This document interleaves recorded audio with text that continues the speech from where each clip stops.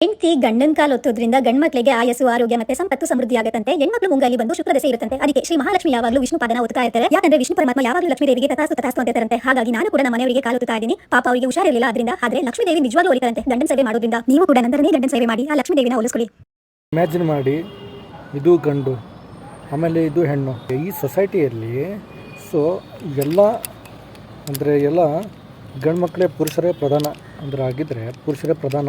ಎಲ್ಲ ಸ್ಟೇಟಸ್ಸು ಆಮೇಲೆ ಎಲ್ಲ ಇದರೊಳಗೆ ಇದು ಫುಲ್ಲು ಸ್ಟೇಟಸ್ಸು ಎಲ್ಲ ಪೋಸ್ಟಲ್ಲಿ ಹೈ ಪೋಸ್ಟು.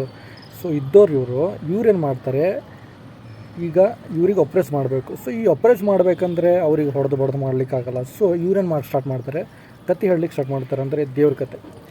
ಸೊ ಎಷ್ಟು ಜನ ಅಂತ ಹೇಳಿ ಕಾಲು ಒತ್ತಿ ದುಡ್ಡು ತೊಗೊಂಡಾರೆ. ಸೊ ಇದೆಲ್ಲ ಪುರುಷರು ಅಂದರೆ ಈ ಸಪ್ರೆಸ್ ಮಾಡಲಿಕ್ಕೆ ಅಂತೇಳಿ ಒಂದು ದೇವ್ರ ಕತೆ ಅಂಥೇಳಿ ಸ್ಟಾರ್ಟ್ ಮಾಡಿರೋದು. ಆದರೆ ಇದ್ರ ರಿಯಲ್ ರೀಸನ್ ಏನು ಅಂಥೇಳಿ ನಾನು ಕಮೆಂಟ್ ಒಳಗೆ ತಿಳಿಸಿದ್ದೀನಿ. ಸೊ ನೋಡಿ ಒಂದು ಸಲ.